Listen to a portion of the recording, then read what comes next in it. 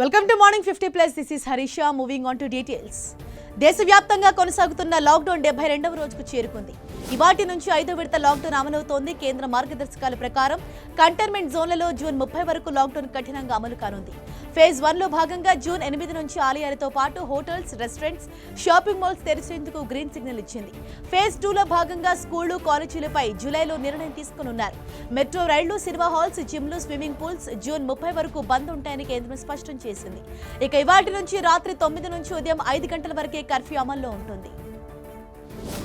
కేంద్ర ప్రభుత్వం మార్గదర్శకాలను అనుసరించి తెలంగాణ ప్రభుత్వం లాక్డౌన్ లో పలు సడలింపులు ఇచ్చింది. జూన్ 30 వరకు కంటైన్మెంట్ జోన్లకు లాక్డౌన్ పరిమితం చేస్తూ నిర్ణయం తీసుకుంది. నాన్ కంటైన్మెంట్ జోన్లలో జూన్ 7 వరకు లాక్డౌన్ కొనసాగుతుంది. కేంద్రం ప్రకటించిన 3 దశల కార్యాచరణకు అనుగుణంగా తెలంగాణ ప్రభుత్వం నిర్ణయం తీసుకుంది. అంతర్రాష్ట్ర ప్రయాణాలకు అనుమతిచ్చింది. అంతర్రాష్ట్ర ప్రయాణాలపై తెలంగాణ ప్రభుత్వం నిషేధం ఎత్తివేసినప్పటికీ ఏపీ మాత్రం కొనసాగిస్తోంది. ఇతర రాష్ట్రాల నుంచి వచ్చేవారు తప్పనిసరిగా పాస్లు తీసుకోవాల్సిందేనని ఏపీ డీజీపీ గౌతమ్ సవాంగ్ స్పష్టం చేశారు. ప్రభుత్వం నుంచి తదుపరి ఉత్తర్వులు వచ్చే వరకు ఆంక్షలు కొనసాగుతాయని తెలిపారు. కరోనా ప్రభావం ఎక్కువగా ఉన్న రాష్ట్రాల నుంచి వచ్చేవారు వారం రోజుల పాటు ప్రభుత్వ క్వారంటైన్లో ఉండాలన్నారు. ఏపీ ప్రభుత్వం మరో కీలక నిర్ణయం తీసుకుంది. ఇతర రాష్ట్రాల నుంచి వచ్చే వారికి సరిహద్దు చెక్పోస్టుల వద్దనే కరోనా పరీక్షలు నిర్వహించనున్నట్లు రాష్ట్ర వైద్యారోగ్య శాఖ వెల్లడించింది. పరీక్షలకు సమయం పట్టే అవకాశం ఉన్నందున ప్రజలు సహకరించాలని ఆరోగ్య శాఖ కోరింది. పరీక్షల్లో నెగిటివ్ వస్తే 14 రోజుల పాటు హోమ్ క్వారంటైన్లో ఉండాలని సూచించింది. పాజిటివ్ వస్తే నిబంధనల మేరకు ప్రభుత్వ క్వారంటైన్లో ఉండాల్సిందేనని ఆరోగ్య శాఖ స్పష్టం చేసింది. ఏపీ సీఎం జగన్ ఇవాళ తాడేపల్లి నివాసంలో అధికారులతో భేటీ కానున్నారు. కరోనా నియంత్రణ చర్యలు, లాక్డౌన్ సడలింపులపై చర్చించనున్నారు. కేంద్ర మార్గదర్శకాలను పరిశీలించనున్నారు. జూన్ 8 నుంచి ఆలయాలకు అనుమతించడంతో ముఖ్యంగా తిరుమల ఆలయం తెరిచే విషయంపై చర్చించనున్నట్లు తెలుస్తోంది. మరోవైపు ఆర్టీసీ విషయంలోనూ కొన్ని సడలింపులు ఇవ్వనున్నట్లు తెలుస్తోంది. తెలంగాణలో అంతర్రాష్ట్ర రాకపోకలపై ఆంక్షలు తొలగించినప్పటికీ ఏపీలో మాత్రం ఇంకా క్లారిటీ రాలేదు. బస్ సర్వీసులు నడిపేందుకు మరో వారం రోజుల సమయం పట్టే అవకాశం ఉంది. ఇప్పటికే విమానాలు, రైళ్లలో వచ్చేవారి సంఖ్య అధికంగా ఉండటంతో వీరికి పరీక్షలు, క్వారంటైన్ చేయడం భారంగా ఉందని, అంతర్రాష్ట్ర బస్సు సర్వీసులు కూడా మొదలైతే మరింత కష్టమవుతుందని అధికారులు భావిస్తున్నారు. దీంతో ఈ నెల 7 తర్వాత అంతర్రాష్ట్ర సర్వీసులు మొదలయ్యే అవకాశాలు కనిపిస్తున్నాయి. రైలు కూత మొదలైంది. Special trains పట్టాలెక్కాయి. లాక్డౌన్ కారణంగా ఎన్ని రోజులు జంక్షన్లకే పరిమితమైన రైళ్లు ఎట్టకేలకు ప్రారంభమయ్యాయి. దేశవ్యాప్తంగా 200 రైళ్లకు కేంద్రం ప్రభుత్వం అనుమతించింది. పరిమిత సంఖ్యలో రైళ్ల రాకపోకలకు కేంద్రం గ్రీన్ సిగ్నల్ ఇవ్వడంతో దేశంలోని పలు స్టేషన్ల నుంచి ఉదయం రైళ్లు ప్రారంభమయ్యాయి. లాక్డౌన్ తర్వాత హైదరాబాద్ నుంచి తెలంగాణ ఎక్స్ప్రెస్ ఢిల్లీ బయలుదేరి వెళ్లింది.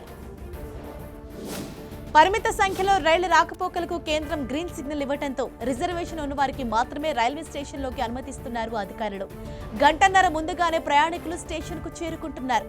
నిబంధనల ప్రకారం ప్రతి ఒక్కరూ మాస్కులు ధరిస్తున్నారు. థర్మల్ స్క్రీనింగ్ చేసిన తర్వాత టికెట్ ఉన్న వారికి మాత్రమే స్టేషన్లోకి అనుమతిస్తున్నారు అధికారులు. తెలంగాణ రాష్ట్ర అవతరణ వేడుకలపై అధికారులతో సీఎం కేసీఆర్ ప్రగతి భవన్లో భేటీ కానున్నట్లు తెలుస్తోంది. రాష్ట్ర వ్యాప్తంగా రేపు నిర్వహించే రాష్ట్ర అవతరణ దినోత్సవాన్ని సాదాసీదాగా నిర్వహించాలని భావిస్తున్న కేసీఆర్ అధికారులు పలు సూచనలు చేసే అవకాశం ఉంది. కరోనా కారణంగా అతి కొద్ది మందితో వేడుకలు జరిపేలా తీసుకోవాల్సిన చర్యలపై ఇవాళ కేసీఆర్ చర్చించనున్నట్లు తెలుస్తోంది. తెలంగాణలో వర్షాలు పడుతున్నాయి. ఆదివారం పలు చోట్ల వాతావరణం చల్లబడి ఈదురుగాలులు, వడగండ్లతో కూడిన వర్షం పడింది. మేడ్చల్ జిల్లా ఘట్కేసర్ మండల పరిధిలోని పలు ప్రాంతాల్లో భారీ వర్షం కురిసింది. సిద్దిపేట జిల్లాలో కొమరవెల్లి మండల కేంద్రంతో పాటు పలు గ్రామాల్లో ఈదురుగాలులతో కూడిన వాన పడింది. యాదాద్రి జిల్లాలోని చౌటుపల్, పోచంపల్లి, భువనగిరి, యాదగిరిగుట్టతో పాటు పలు ప్రాంతాల్లో ఈదురుగాలులతో కూడిన భారీ వర్షం కురిసింది. అలాగే ఉమ్మడి ఆదిలాబాద్ జిల్లాలోనూ వర్షం దంచుకొట్టింది. ఇటు హైదరాబాద్ లో జల్లులు పడుతున్నాయి. నిన్న పలు ప్రాంతాల్లో వర్షం కురవగా ఈ రోజు కూడా ఉదయం నుంచి ఆకాశం మేఘావృతమైంది. కొన్ని ప్రాంతాల్లో తెల్లవారుజాము నుంచి జల్లులు పడుతున్నాయి. కొద్ది రోజులుగా భానుడి భగభగలతో ఉక్కిరిబిక్కిరైన జనాలు వర్షం పలకరింపుతో వేసవి తాపం నుంచి కాస్త ఉపశమనం పొందుతున్నారు. మరోవైపు హైదరాబాద్ కు భారీ వర్ష సూచన ఉందని వాతావరణ కేంద్రం హెచ్చరించడంతో జీహెచ్ఎంసీ అధికారులు అప్రమత్తమయ్యారు. తెలంగాణ ప్రజలు అలర్ట్ గా ఉండాలని సూచించింది హైదరాబాద్ వాతావరణ కేంద్రం. 3 రోజుల పాటు రాష్ట్ర వ్యాప్తంగా భారీ వర్షాలు కురిసే అవకాశం ఉందని పేర్కొంది. అరేబియా సముద్రంలో ఏర్పడిన అల్పపీడనం వచ్చే 24 గంటల్లో వాయుగుండంగా మారే అవకాశం ఉందని తెలిపింది. అది కాస్త తుఫానుగా మారే ఛాన్స్ ఉందని హెచ్చరించింది. తుఫాను జూన్ 3 నాటికి ఉత్తర మహారాష్ట్ర, గుజరాత్ తీరాలను చేరే అవకాశం ఉందని, ఛత్తీస్గఢ్ నుంచి తెలంగాణ, రాయలసీమ, దక్షిణ మధ్య కర్ణాటక మీదుగా లక్షద్వీపుల వరకు ఉపరితల ద్రోణి కొనసాగనుంది. నైరుతి రుతుపవనాలు ఇవాళ కేరళలోకి ప్రవేశించే అవకాశం ఉంది. దీంతో రాష్ట్రంలో 3 రోజులు అక్కడక్కడ వర్షాలు పడే సూచనలున్నాయని వాతావరణ శాఖ పేర్కొంది. దేశవ్యాప్తంగా కూడా ఆదివారం భారీగా వర్షాలు పడ్డాయి. అకాల వానతో దేశ రాజధాని ఢిల్లీ కూడా తడిసి ముద్దైంది. పలు చోట్ల రోడ్లపై నీళ్లు నిలిచిపోయాయి. ఢిల్లీ బాదర్పూర్ సరిహద్దులోని తుగ్లక్ రోడ్ బైపాస్ రోడ్ చెరువును తలపించింది. అటుగా వచ్చిన వాహనాలు బైపాస్ ను దాటలేక నీళ్లలో మునిగిపోయాయి. వాన నీటిలో ఆగిపోయిన వాహనాలను బయటకు తీసుకురాలేక వాహనదారులు ఇబ్బంది పడ్డారు. ఉమ్మడి ఆదిలాబాద్ జిల్లాలో పలు చోట్ల వర్షాలు పడటంతో కొనుగోళ్ల కేంద్రాల్లో ఉన్న వరి ధాన్యం తడిసి ముద్దైంది. దీంతో రైతులు తీవ్ర నిరాశకు లోనయ్యారు. మంచిర్యాల, బెల్లంపల్లి, చెన్నూర్, నిర్మల్, ఆదిలాబాద్ ఏరియాలో ఓ మోస్తరు నుంచి భారీ వర్షం కురవటంతో ధాన్యం నీట మునిగింది. మరికొన్ని చోట్ల రైతులకు ఈ వర్షం శాపంగా మారింది. తెలంగాణలో కరోనా మహమ్మారి శరవేగంగా విస్తరిస్తోంది. రోజు రోజుకు కేసులతో పాటు మృతుల సంఖ్య కూడా పెరుగుతోంది. రాష్ట్రంలో కొత్తగా 199 మందికి కరోనా సోకినట్లు రాష్ట్ర వైద్యారోగ్య శాఖ ప్రకటించింది. దీంతో రాష్ట్రంలో ఇప్పటి వరకు నమోదైన కేసుల సంఖ్య 2698కు చేరింది. రాష్ట్రంలో ఆదివారం కరోనాతో 5గురు మృతి చెందడంతో మొత్తం మృతుల సంఖ్య 83కు చేరింది. ఇప్పటి వరకు రాష్ట్రంలో 1428 మంది బాధితులు కోలుకొని ఇళ్లకు వెళ్లిపోగా 1188 యాక్టివ్ కేసులున్నట్లు వైద్యారోగ్య శాఖ వెల్లడించింది. ఇక జీహెచ్ఎంసీ పరిధిలో అత్యధికంగా 122 కేసులు నమోదయ్యాయి. రంగారెడ్డి జిల్లాలో 40, మహబూబ్ నగర్, జగిత్యాల, మెదక్ జిల్లాలో 3, వరంగల్ అర్బన్లో 2, మేడ్చల్ జిల్లాలో 10, ఖమ్మంలో 9, సూర్యాపేట, నిర్మల్, యాదాద్రి, జనగామ జిల్లాలో ఒక్కొక్కరు చొప్పున కరోనా బారిన పడినట్లు ఆరోగ్య శాఖ తెలిపింది.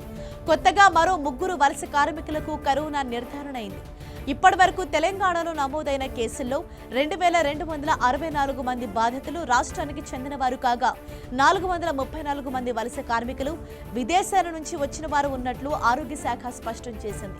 అలాగే 11 జిల్లాలో గత 14 రోజులుగా ఒక్క కరోనా కేసు నమోదు కాలేదని ఆరోగ్య శాఖ తెలిపింది. ఇక దుకాణాలు తెరుచుకునే సమయంలోనూ ప్రభుత్వం మరింత వెసులుబాటు ఇచ్చింది. ఇకపై రాత్రి 8 గంటల వరకు షాపులు తెరుచుకోవచ్చు. ఇక రాత్రి కర్ఫ్యూ వేళల్లోనూ ప్రభుత్వం మార్పులు చేసింది. ఇకపై రాత్రి 9 గంటల నుంచి ఉదయం 5 గంటల వరకు తెలంగాణలో కర్ఫ్యూ అమలవుతోంది. ఏపీలో కరోనా కేసులు పెరుగుతున్నాయి. కొత్తగా 110 మందికి కరోనా పాజిటివ్ అని తేలింది. ఆదివారం కరోనాతో 2 మృతి చెందగా 43 మంది కోలుకుని డిశ్చార్జ్ అయ్యారు. ఇక ఏపీలో ఇప్పటి వరకు 3042 పాజిటివ్ కేసులు నమోదయ్యాయి. మొత్తం 2135 మంది డిశ్చార్జ్ కాగా 62 మంది మృతి చెందారు. 845 మంది ఆసుపత్రుల్లో చికిత్స పొందుతున్నారు. ఏపీ మంత్రి శంకర్ నారాయణ ఇంట్లో కరోనా కలకలం రేగింది. శంకర్ నారాయణ కుటుంబంలోని 3 కరోనా బారిన పడినట్లు తెలుస్తోంది.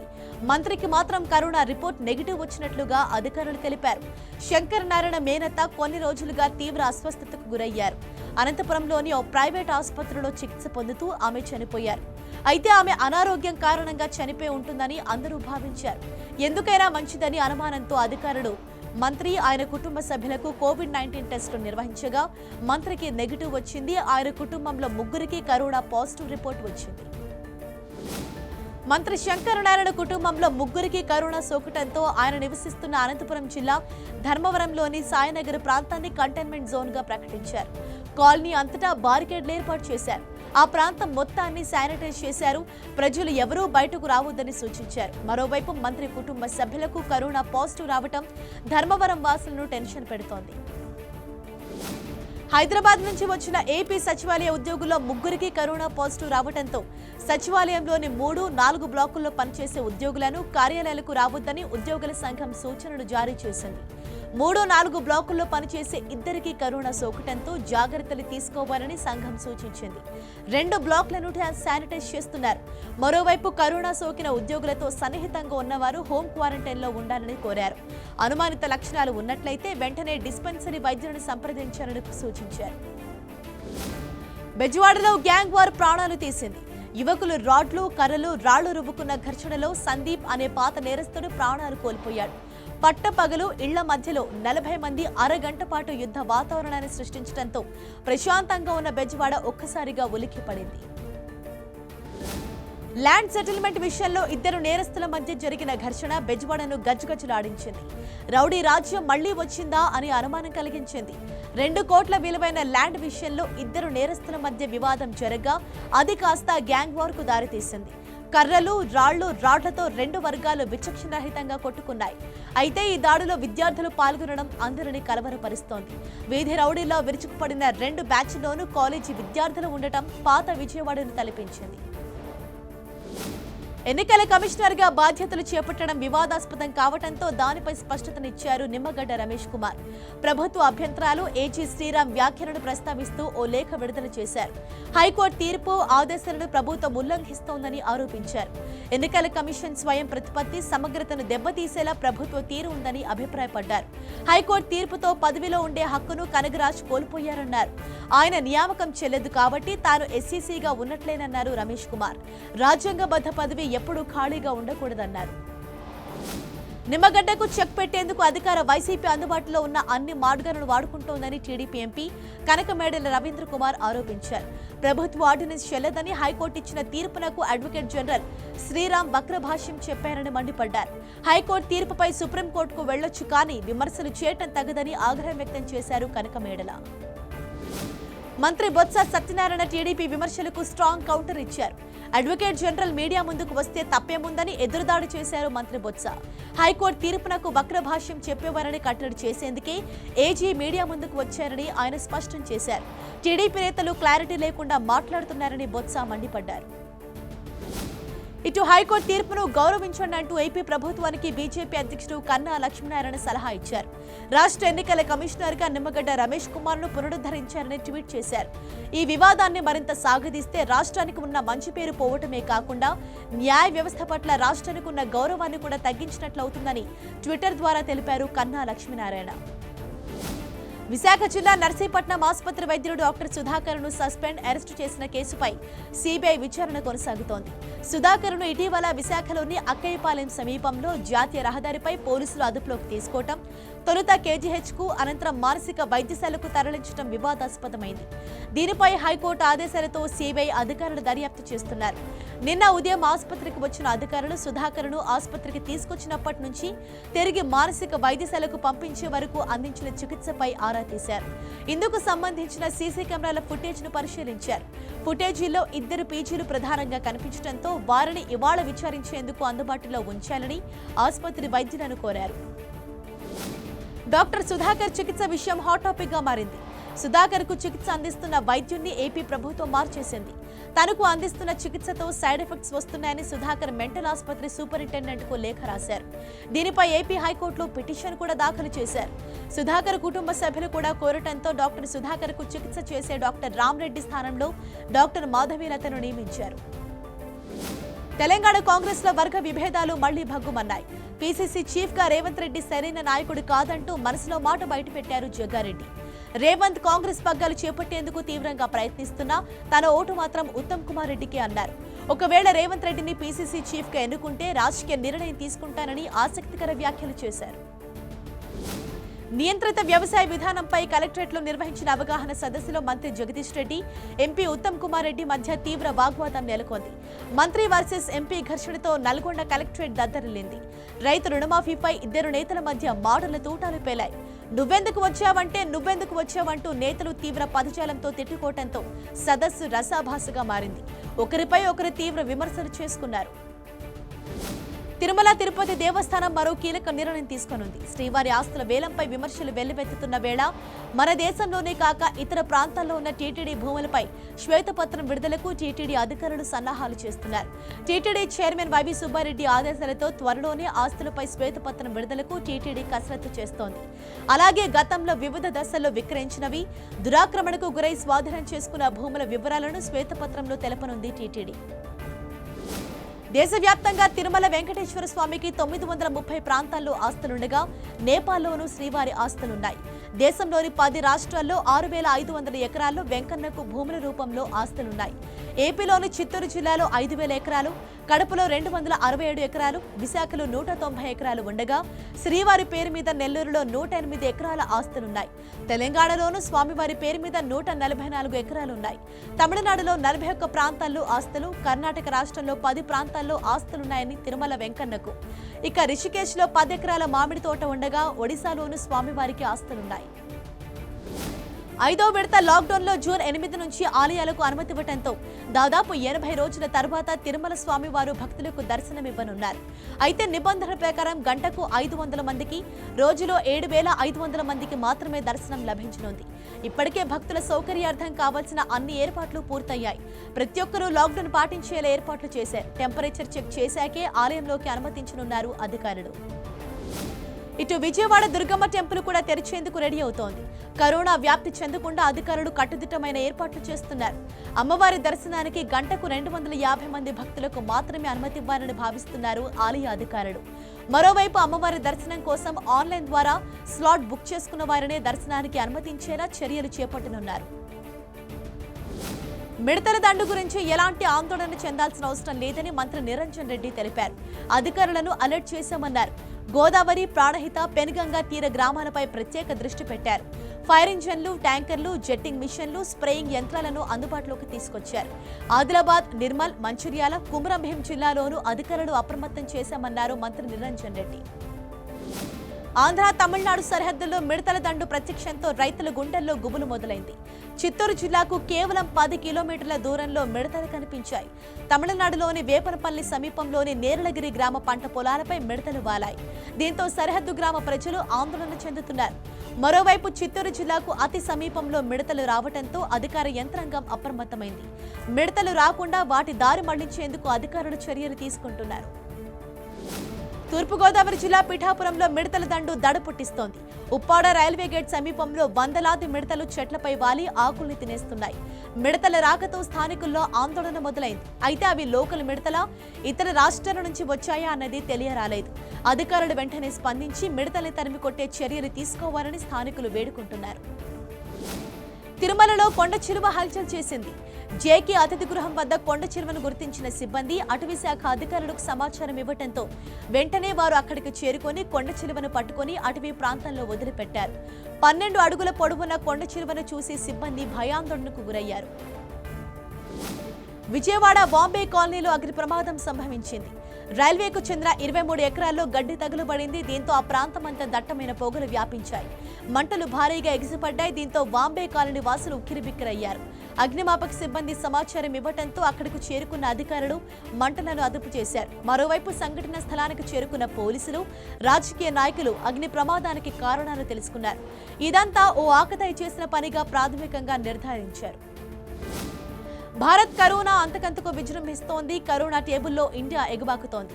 అన్ని దేశాలను దాటుకుంటూ పైకి పోతుంది. ప్రస్తుతం 186,000కు పైగా కేసులతో 8వ స్థానానికి చేరుకుంది ఇండియా. చాప కింద నీరులా విస్తరిస్తోన్న వైరస్ మహమ్మారి దేశం మొత్తం విస్తరించి పట్టి పీడిస్తోంది. ప్రధాన నగరాల్లోనే కోవిడ్ కేసులు ఎక్కువగా నమోదవుతున్నాయి.